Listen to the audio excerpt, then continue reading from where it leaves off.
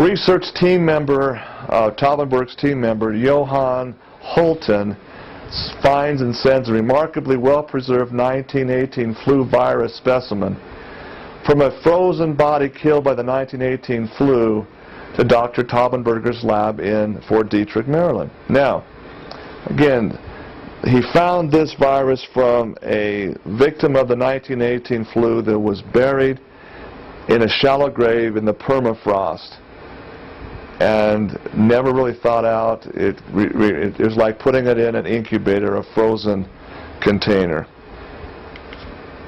The virus's RNA-based gene fragments were analyzed by computer sequencing in order to reveal the complete genetic code. Even with the supercomputer, this code sequencing will take years to complete. In October of 2003, Taubenberger's team finally deciphers the deadly virus's entire genetic code and completes the 6-year project. Noted virologist and Taubenberger colleague R.G. Webster, in the same month, publishes an article in American Scientist magazine where the article declares, quote, "The world is teetering on the edge of a flu pandemic that could kill a large fraction of the human population," end quote. November of 2003, just a month later, George W. Bush issues Executive Order number 13295 on bioterrorism. Remember what happened right after September 11th? Right after that, we had smallpox vaccines that were given to the troops that were contaminated. Remember that?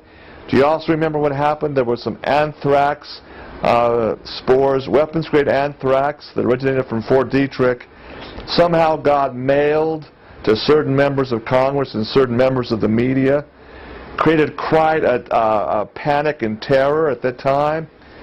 Americans were uncertain what to think. Oh golly, we just got attacked by terrorism. We're now engaged in a war on terror. We're out invading now Afghanistan, and in 2003 we just invaded Iraq because of the war on terror, right? So George W. Bush issues an executive order, number 13295, entitled Bioterrorism. In this executive order, President Bush makes individual American citizens subject to, quote, unrestricted apprehension and detention, end quote. When? In the event of an outbreak of disease in the public sector. For the first time, Americans can be rounded up and apprehended and incarcerated, just like what's going on right now in Guantanamo Bay in Cuba, just because there's an outbreak of disease in American soil.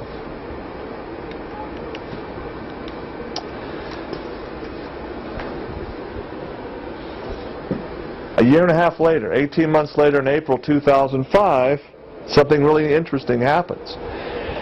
George W. Bush amends the language of his 2003 Executive Order 13295, specifically detailing the event that would make individuals, quote, subject to unrestricted apprehension and detention, and that event is specifically amended to state, quote, influenza caused by novel or re-emergent influenza viruses that are causing or have the potential to cause a pandemic.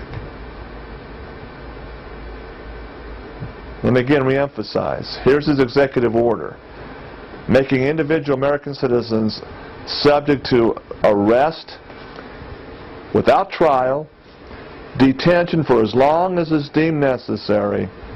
For what? For influenza caused by a novel, which means new, or re-emergent influenza virus. Okay, here we find the timeline. Bush amends his executive order in April. Well, guess what happens in August?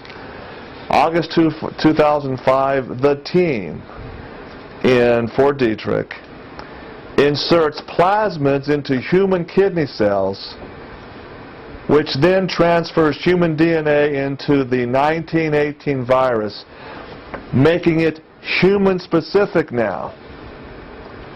The deadly 1918 virus that killed millions and millions of people, and which nature reversed by itself from its deadly nature, is now militarized and ready for use by conspiring men in August of 2005. A month later, September 9th, 2005, the United Nations in New York City. Now let me again, the UN is largely Rockefeller envisioned, and Rockefeller himself, John D., and his family donated the land in New York, and built the actual United Nations Center now. It's a Rockefeller-controlled institution. The UN in New York City issues a shocking worldwide press release on September 9th of 2005. Here in this press release, they introduce a man named David Nabarro as, quote, the UN System Senior Coordinator for Avian, Human Influenza. 20 days later, on September 29th of 2005, fear and panic officially began worldwide when Nabarro, on the floor of the United Nations General Assembly, issues what's called, a quote, an official UN warning that, quote, an outbreak of avian influenza would kill between 5 million and 150 million people on each continent. Not may, not could, not has the potential to. No, he says would kill.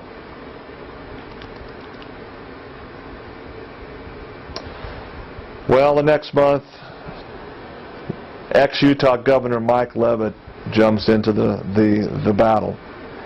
President Bush's newly appointed Secretary of Health and Human Services, Michael Okerlund Leavitt of Utah, officially begins the pandemic bird flu preparations in earnest. In December of 2005, Bush solicits Congress for $7.1 billion to fund his preparations. Only $3.3 billion is immediately allocated to Leavitt, however. The Health and Human Services, the HHS, what I call the candy store, is now officially open for business, and let the propaganda games begin. January 2006, Leavitt officially launches his website called pandemicflu.gov.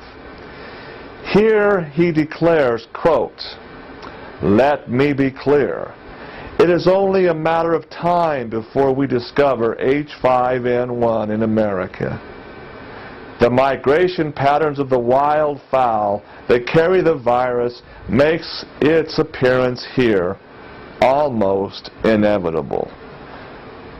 Governor Leavitt, Secretary Leavitt, for heaven's sakes, H5N1 is already here.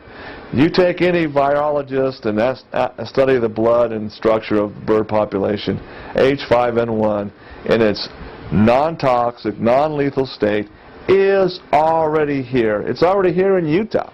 It's already here in America. It's just not going to affect humans. It hasn't before, and without help from you, it never will. January 2006, Mike Leavitt goes over to Beijing, to China, because the Chinese host was called, quote, the International Pledging Conference on Avian and Human Influenza in Beijing. The purpose? China is extracting massive sums of money from the West. Leavitt commits $334 million to Communist China in funds to aid China's research into what? Quote, vaccine development.